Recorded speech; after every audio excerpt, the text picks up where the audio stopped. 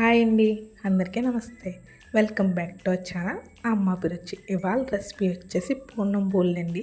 Simple and టేస్టీగా ఉంటుంది, చాలా చాలా ఈజీగా ఉంటుంది. ఒక్కసారి ఈ కొలత ఫాలో అవ్వండి, మళ్ళీ మళ్ళీ ఇదే ప్రాసెస్లో ట్రై చేస్తారు. చాలా అంటే చాలా బాగుంటుంది. వీడియోలోకి అయితే వెళ్ళిపోదాం. ముందుగా శనగపప్పును అయితే నేను నైటే నానబెట్టుకున్నానండి. ఆ వీడియో క్లిప్ అయితే మిస్ అయ్యింది. శనగపప్పు మినపప్పు ఒక్కసారి నానబెట్టుకోండి. నేను వచ్చేసి ఒక గ్లాస్ శనగపప్పు అయితే తీసుకున్నానండి. అది బాగా నానింది అనుకున్న తర్వాత మినిమం ఒక 5 నుంచి 6 గంటల సేపు నానాలండి. అప్పుడే బాగుంటుంది. దానిని మెత్తగా ఉడికించుకోవాలండి. ఉడికింది అనుకున్న తర్వాత చల్లారబెట్టుకోండి. అప్పుడు మిక్సీ పట్టుకోండి. కొంచెం బరకగా మిక్సీ పట్టుకోండి, మెత్తగా అవసరం లేదు. అలాగే ఒక గ్లాస్ శనగపప్పుకి ఒక గ్లాస్ మినపప్పునైతే తీసుకున్నానండి. దీనిని కూడా ఎక్కువసేపే నాననివ్వండి. వీలైతే నైట్ నానబెట్టుకోండి, మార్నింగ్ చేసేలా ఉంటే. లేదు సాయంకాలం చేసేలా ఉంటే మార్నింగే నానబెట్టుకోండి. పప్పు కూడా శుభ్రంగా కడుక్కొని దానిని కూడా మెత్తగా రుబ్బేసుకోండి. అలానే బాగా పలుచగా ఉండకూడదు, అలానే గట్టిగా ఉండకూడదు. వీడియోలో చూపించినట్టు ఉంటే సరిపోతుందండి. ఇందులోనే రుచికి తగ్గట్టు సాల్ట్ వేసుకోవాలండి. అలాగే ఒక గ్లాస్ పంచదారని కూడా వేసుకోండి. 3 ఈక్వల్ క్వాంటిటీలో తీసుకుంటామండి. ఒక గ్లాస్ మినపప్పుకి ఒక గ్లాస్ శనగపప్పు అండి. అలాగే బెల్లం తీసుకునేలా ఉంటే షుగర్ ప్లేస్లో బెల్లాన్ని అయితే తీసుకోవచ్చు. లేదు అనుకుంటే షుగర్నే వేసేయండి. ఒక గ్లాస్ షుగర్ వేస్తే సరిపోతుంది. షుగర్ బాగా కలిసేంత వరకు కలుపుకోవాలండి. ఈలోపు పూర్ణానికి అయితే రెడీ చేసుకోవచ్చు. నేను వచ్చేసి 2 గ్లాసుల శనగపప్పుకి 1 గ్లాసు పంచదారని అయితే వేసుకుంటున్నానండి.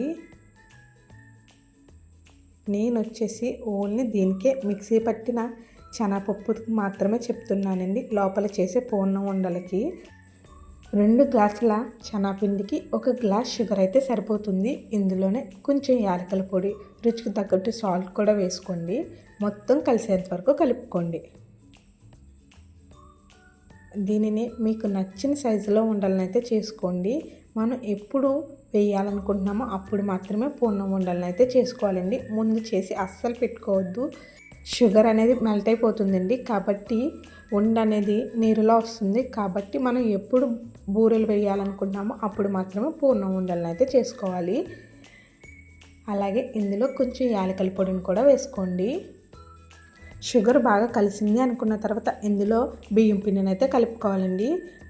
మనం 1 గ్లాసు మినపప్పు, 1 గ్లాస్ శనగపప్పు తీసుకున్నాం కాబట్టి 3 గ్లాసులు బియ్యం పిండిని అయితే తీసుకోవాలండి. కరెక్ట్గా వేసుకోండి, సరిపోతుంది. బియ్యం పిండి కూడా వేసేసాక మొత్తం ఒక్కసారి బాగా కలుపుకోవాలండి. ఎంత బాగా కలుపుకుంటే బూరెలు అనేవి అంత బాగా వస్తాయండి. కావాలి అంటే నీటిలో వేసుకొని చెక్ చేసుకోండి. వరిపిండి ఎక్కువ వేసాము అనుకుంటే మనం వేసింది లోపలికి మునిగిపోతుందండి. లేదు అంటే పైకి తేలుతుంది. పూర్ణం ఉండలను కూడా మనం వేసేటప్పుడు మాత్రమే చేసుకోండి. మీరు కనుక ఫస్ట్ టైం నా ఛానల్ చూస్తుంటే కనుక వీడియో నచ్చితే లైక్ చేయండి, షేర్ చేయండి. మన ఛానల్లో ఉన్న వీడియోస్ను ఒక్కసారి చూసేయండి. ఖచ్చితంగా నచ్చితే వీడియోస్ కనుక ఛానల్ని సబ్స్క్రైబ్ చేసుకొని వెళ్ళండి. ఉండలు కూడా చేసుకున్నాక బూరెలను అయితే వేసేసుకోవడమేనండి. నూనె అనేది బాగా కాగాలండి, అప్పుడే బూరెలు అనేవి బాగా వస్తాయి. అలాగే నూనె కొంచెం ఎక్కువ ఉండేలా చూసుకోండి. గిన్నెకి అంటుకోకుండా ఉంటే సరిపోతుంది. ఒక్కొక్కటిగా బూరెలను అయితే వేసేసుకోవాలండి. మీకు కొలత అర్థమైంది అనుకుంటున్నాను. 1 కప్పు మినప్పప్పుకి 1 కప్పు శనగపప్పు అయితే సరిపోతుందండి. అలాగే పంచదార వచ్చేసి 1 కప్పు అయితే వేసుకోండి. పూర్ణం బూరెల్లో వచ్చేసి మనం తీసుకున్న శనగపిండికి సగం వంతు అయితే తీసుకోవాలండి. బియ్యం పిండి అనేది 3 కప్పులు అయితే సరిపోతుందండి. బియ్యం పిండి అనేది బాగా మెత్తగా మిక్సీ పట్టకండి, కొంచెం బరకగా ఉండేలా చూసుకోండి. అంతేనండి వీడియో.